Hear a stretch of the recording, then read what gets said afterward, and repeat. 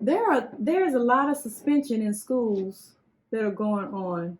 Can you talk to us a little bit more about what's going on in the CMS schools and what are we going to be able to do? Well, we have a new superintendent, and so we'll see if there's going to be some change, even though he's an African American person. And our city is strange to me that we have so many African American people that have the power. Mm-hmm. We have your mayor, you have the police, you have the fire, you have, so many that are African Americans. But we need to understand, what are they doing for not only Black people, all people. All people. Yeah. And so it's important that we look at what they're doing. When we talk about schools, that's a pet peeve for me. Mm-hmm. Because suspension is important. And when you suspend a kindergartner or a first grader, there's a big problem. Not unless that child is really behaving bad, so bad that you cannot control. And sometimes when we look at behavior, we have to look and see if that child has a disability that's making them act out. Mm-hmm. And if that disability is making them act out, you can't suspend them. Basically, you have to make sure that they have a proper IEP, PEG, and things of that nature for them. Did I say that one right? I know it's the IEP. Yes, IEP. Yeah, they have to have it. The 504, the 503. Mm-hmm. It's one of those. I think it's a 503, but or 504. But so we need to look at those different plans that we have for those students. So that way we'll make sure they're not being suspended unfairly. And so the suspension rate has grown, and sometimes it drops, and sometimes it grows, and sometimes it drops. But we have to get a better handle on that particular area. So I know that there is a board of education meeting that's getting mm-hmm. ready to take place. And I think I thought I saw it. We'll get it in. I don't have that date in front of me either, because that's important to go to those meetings. One thing I always tell people too, you have the city, the county, and the school board. They all meet at different time frames. And so the city, people don't realize the city and the county do different things. And so even though the Mecklenburg County don't deal with housing, but because of the Lake Arbor situation, and we kept going down there talking about Lake Arbor, then I think too, they have a new initiative, and they're dealing with affordable housing. Mm-hmm. And so I thought that was a plus for Mecklenburg County. It really is. Yes. If you can tackle the homelessness or the unaffordable housing mm-hmm. that actually helps the families, mm-hmm. once you help the families get into a stable position, mm-hmm. then they have some leverage in order to help those children. Right. Right. But when they have to work 2 and 3 jobs, when they have to come home and then there's no food, mm-hmm. There's so many levels to this whole situation, and we mm-hmm. got to tackle one piece at a time. Yeah. We're not saying that the city or the county, now the city and the county is kind of feuding against each other. Yeah, because now I think Mecklenburg County, and I could be corrected, is that they're getting ready to start their own mentor program. Where the city was doing one, now Mecklenburg County is getting ready to do one. Right. And so if you got children out there, you need to probably go and research that part so that you can get your children involved in the process, what they're getting ready to do to help children get jobs. So I thought that was very interesting. So that's why I tell people, go to that meeting, and the meeting that they're going to be having February the 20th at Cordelius Park Center. So you want to go there to check out what that budget is, and they'll mm-hmm. talk to you about a lot of the new initiatives that they got. And so, and your elected officials should be educating you on this too. And so I encourage you to reach out to them and get that pretty much under your belt.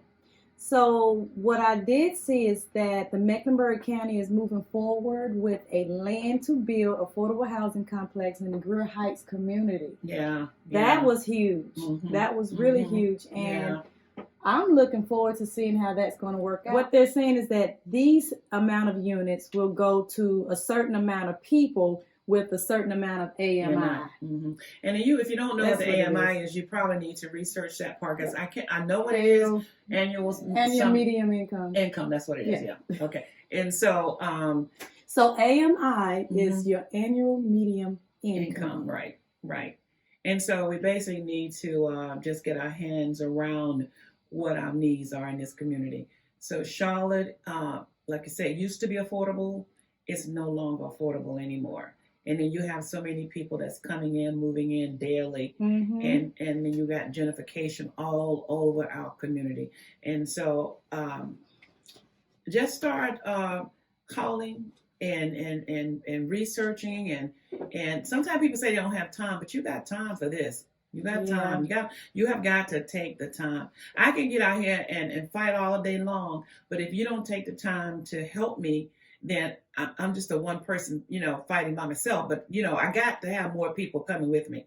And when we did the Lake Arbor issue, we had people joining us, and I was excited about that particular piece. And so now what we've done with that, we also are calling ourselves Displacement First Response. So basically, if someone is being displaced or anything like that, you can call on us. And so we're going to be, and hopefully we're going to set it up where we can get some funds from the city and the county. You know what I'm saying? And so So if you need me, I'm Dr. Blanche Penn. That's one. And so, let's hold on. How was that experience to get Dr. in front of your name? Tell us the woes and the ups and the downs a little bit. Every day I was going to quit school. I was like, oh my God, this is just too much. And so, and I had a lot of people that was pushing me and encouraging me to move forward. And I had people like, oh, what she thinks she's doing? She's not going to get it. And so I had the negatives and then when I finally shared with people that I had my doctors, it was I had excited people. Yes. I had people go like, you ain't getting no doctors. I felt like, okay, whatever. And so, and because when did you, I'm not even going to share who would I say that. But anyway, it was basically, it took me about 3.5 years to do it. And most of my family would say, come on, let's go do this. And I say, no, I got to go home and do my homework. That's right. Homework. Most of my friends got tired of me saying, I got to go home and do my homework. And so I just stuck with it. I stuck with it because a couple of times I was at the edge of just quitting. And I think when I got that B in one class, I'm like, oh no. So I have a 3.89. Oh, wow. So I'm excited about that. Do y'all hear that? So, wow. Because if she can do it, I mean, she's young anyway, but if she can do it, we all can do it. Yes. All we do is put a lot of hard work behind it. Because whatever is easy is not good for you. Believe that. She worked hard. She worked long hours, and she sacrificed a lot. Yes. Remember that. Sacrifice is better. Sometimes they say obedience is better than sacrifice, but she sacrificed a lot to get Doctor in front of her name. So now you are Dr. You say it. It sounds so better hearing it from you, though. You are Dr. Blanche Penn. And just the sound of it, you never know when someone else says it to you, because a lot of people, because I'm a freedom fighter, I'm out here in the community all the time, and sometimes I don't articulate words the way some other people do, because one guy said to me, now Blanche, you can't go down to the city council and be holding up the rest and doing this, that, and the other, Now, I say, so you're trying to tell me I got to articulate words now? Wow. I got to talk about the facts, the research, and this and that. And I said, that's not me. Even though I got this name behind me, or in front of me or beside me. So I'm just so excited about it. And so it has encouraged me to do more research. And that's what I'm going to do. So I'm going to advocate as long as I can. And now when I see some people, like they say, the haters, you still got to call me Dr. Penn. How about that? Simple as that. Hate it, love it. You got to respect it. Yeah. I appreciate you having me here today. No, I appreciate you showing up and coming in and being a voice for the people. People need to know there are advocates out here that really are fighting on your behalf. And the only way that you're going to know it is if you start putting them in the forefront. She liked to run, but I tackled her down, got her in here, just so that you can see the passion and the love she has for her communities. So I look forward to even getting you in here And if you have a passion and a love for your community and you want to talk about it, say what's on your mind. Let's put this information out here. Let's start sharing some good news. Let's start being beneficial to each other. That's the only way we're going to be able to survive, if we come together. Come together and have knowledge, wisdom, and the know-how to get something done. Yeah. And she's one of those ones. She has done it. She's doing it. And I look forward to even being beside her in her in whatever it is she's doing. I want to be a part of it. So I encourage you to do the same. I want her to run again. Okay. So I'm going to be beside her. The issue comes in is if I don't have y'all with me, it's going to be hard. Yeah, we need you. But what I'm doing is learning. I'm learning and I'm trying to share the information. And the best way to do it is for us to come together. And thank you so much for those who did and will support me. Continue to work and pray for me, with me, and we're going to get it done. Definitely going to get it done. Yes. Dr. Blanche Penn. Yes. Any final words? Anything you would like to say to the communities which you live and tread these streets for? One of my saying is, I always just say good morning, good evening, and good night. And the other saying that I have, is a quote that I always said, if yesterday was today and today was yesterday, so what would be tomorrow? When you look at it and think about it, it's almost like nobody knows what's on your mind, what you might say one day versus the other day.